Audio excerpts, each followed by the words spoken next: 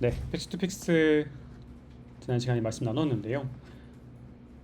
이렇게 인풋 이미지가 있을 때 그라운드 트루스를 알려주고서 너가 이 인풋 이미지에 대한 프레디트 이미지를 만들어 봐라고 하는 거라고 볼 수가 있겠습니다. 자, 그래서 우리는 이러한 라이브러리들을 좀 불러왔었고요.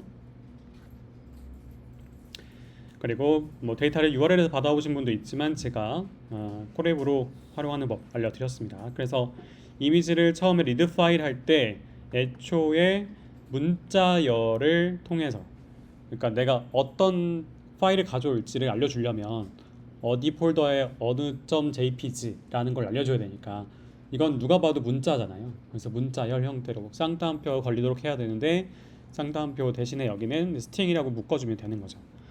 그리고 그 다음에 이 파일 확장자가 뭐예요? JPG죠. 근데 디코드 언더바 JPG라고 하는 거는 그러면 JPG로 만드는 건 아닐 거 아니에요. 이미 JPG니까. 그러니까 JPG로부터 우리가 읽고 싶은, 그러니까 우리가 읽고자 하는 데이터 형태로 이렇게 디코딩을 해준다는 거겠죠. 그래서 우리는 봤는데, 그랬더니 256512-3이라고 하는 이런 구조를 가지고 있어요.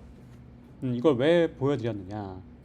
바로 그 아래 보면 tf.shape image라고 해서 결국엔 쉐이프를 봤죠. 그럼 그 쉐이프를 봤을 때 결과가 바로 아까 우리가 봤던 이거였던 거예요. 이 쉐이프가 256512-3이었단 말이에요. 그러면 여기에 인덱스 1에 해당하는 건 뭐였을까요? 256512-3이었으니까 인덱스 1이면 512죠.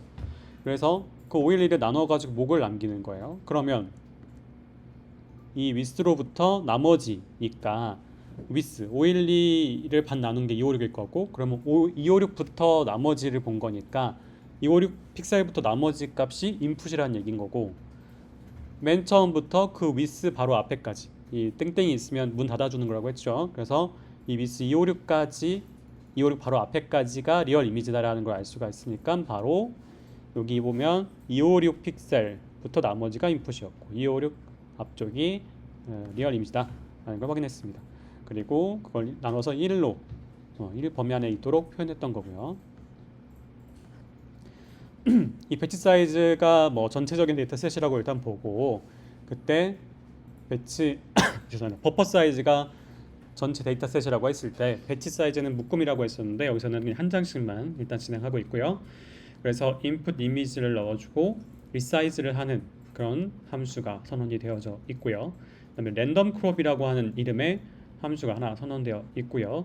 그다음에 노멀라이즈라고 하는 게 하나가 선언되어 있는데, 이 세 가지 함수들이 뭐 다 여기 있는 건 아니지만 특히나 리사이즈랑 랜덤 크롭이라는 함수들은 그러면 여기 안에서 사용된다는 얘기인 거죠. 그래서 랜덤 집터 안에서 리사이즈 함수, 랜덤 크롭 함수가 역할을 하고 있고요.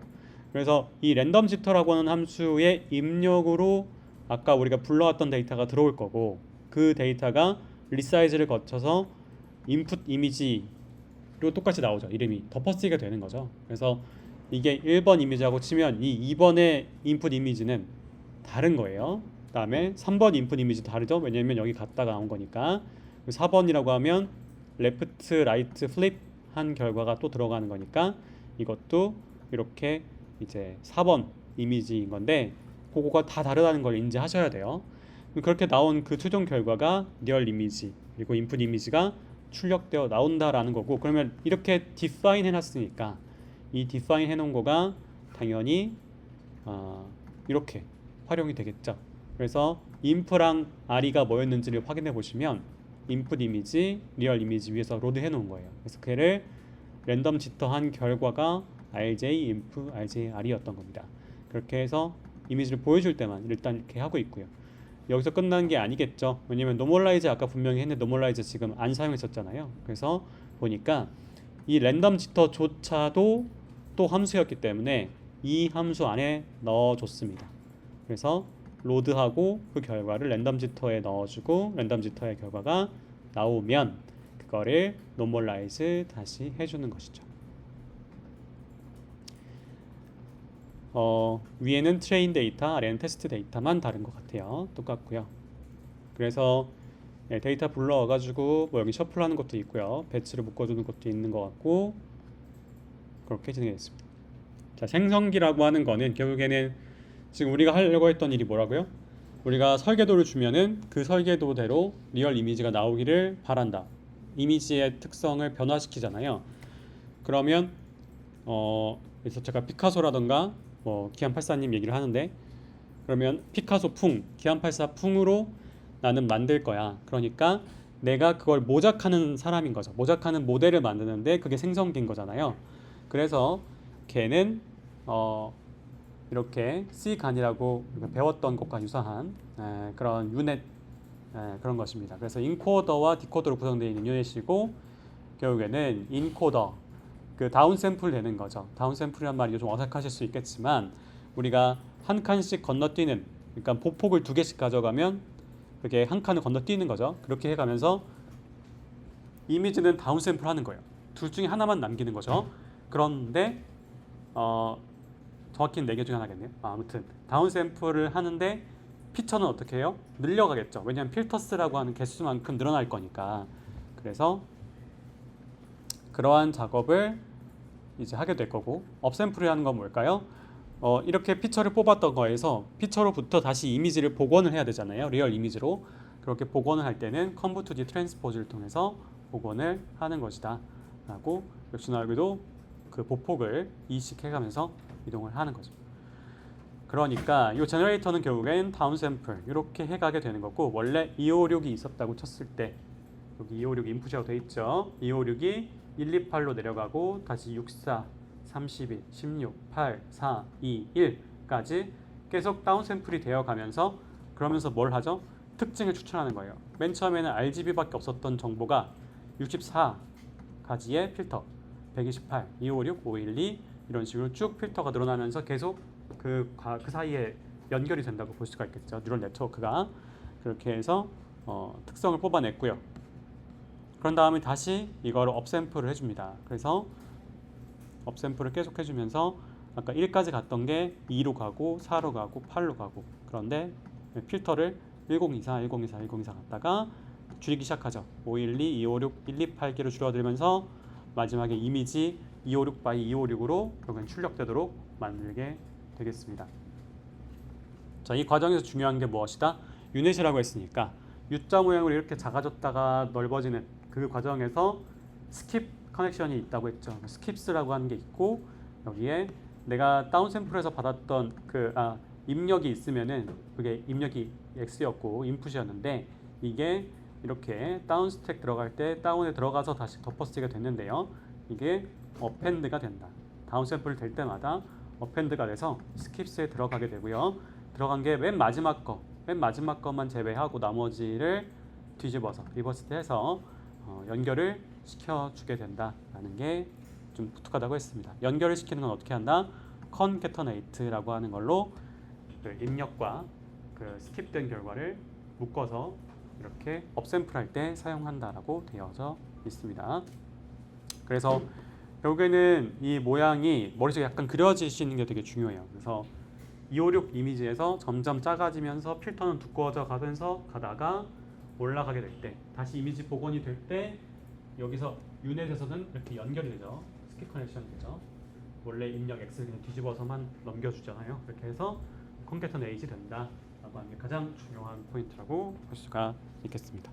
그렇게 제너레이터를 만들게 됐는데, 결국에는 모델이 훈련되어 간다라고 하는 거는 손실을 줄여간다라는 얘기잖아요. 그래서 그 손실을 계산하는 방법이 로스 오브젝트라고 하는 녀석이에요. 그 녀석을 봤더니 이미 우리가 배웠던 그냥 크로스 엔트로피인 거예요. 크로스 엔트로피라는 말은 이제 정말 지겹게 들으셨죠. 그냥 로그 1은 0이구나. 그것만 알면 되는구나. 그래서 나랑 다른 녀석이 들어오면은 그쪽 확률이 그러니까 로스가 커지게 되는 그런 게 되는 거니까. 그렇게 되는데, 그러면 그때 입력은 뭐랑 비교를 하느냐? 즉 생성기는 기안84님의 화풍을 따라가고 싶은 사람이니까. 그러면 내가 만든 건 그 화풍과 정답이, 그 화풍을 정답이라고 말을 해줘야 되잖아요. 그래서 나는 무조건 정답이야 라고 하면서 훈련을 한 거고요.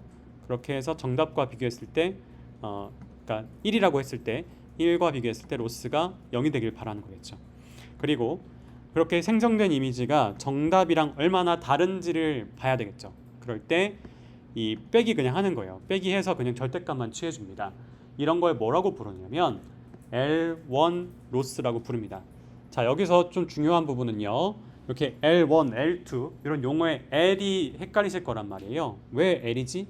근데 뭐 이 어원은 제가 지금 찾아보지 않았지만 그냥 외우실 때는요. L1, L2 얘기 나오면 그냥 L은 절대값 기호라고 생각하시면 돼요.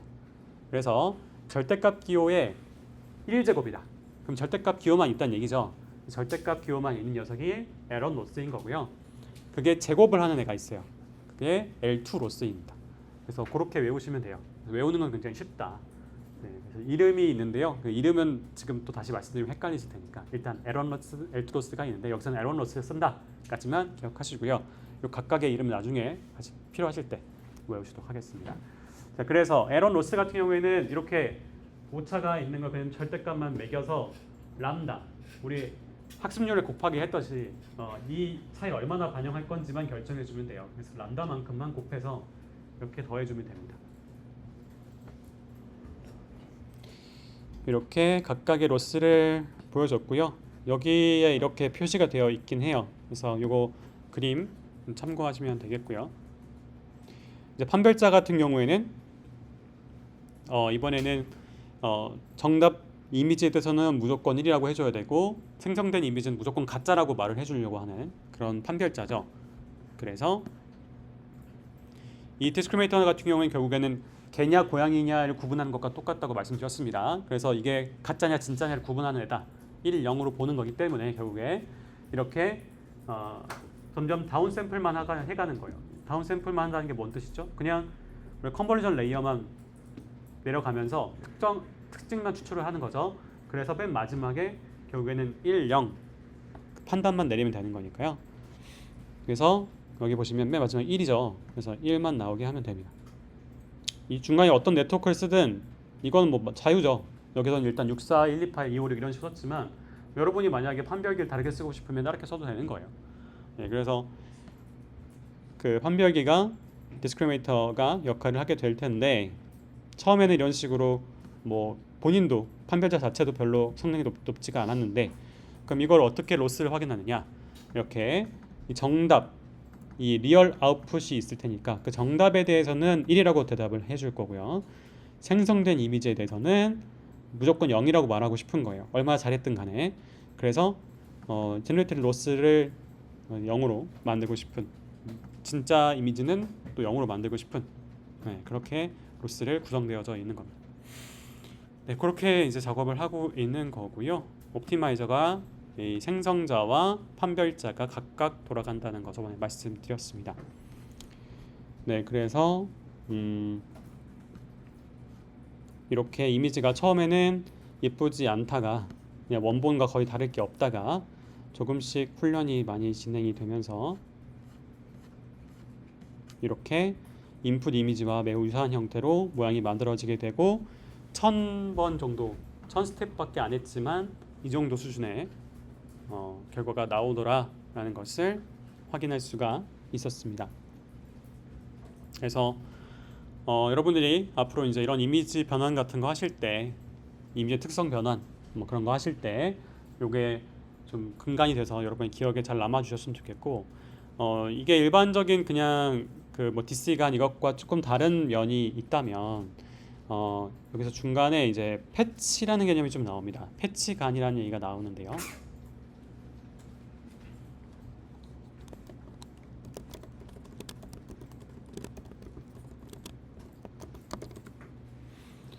네, 판별자가 패치간 분류기로 픽스2픽스에 설명된 대로 이미지 패치가 실제인지 아닌지를 분류하려고 한다라고 돼 있어요. 그래서 만약에 예전에는 전체 이미지였다면 여기서는 뭐 패치를 본다던가 이런 식으로 조금 다른 접근을 한 거입니다. 그래서 각 기술마다 조금씩 뭐가 달라지면서 논문이 나오고 있기 때문에 그걸 다 기억할 수는 없을 거예요. 기억할 수는 없는데 대략적으로 이런 이 중요한 특징들 여기는 패치간이 사용됐구나 뭐 이런 거 정도 생성자에서는 그런 유넷을 사용했구나 뭐 이런 거 정도는 좀 기억을 하려고 이렇게 해주시는 것이 필요할 것 같습니다. 네, 이렇게 픽스 투 픽스 이야기를 마치도록 하겠습니다.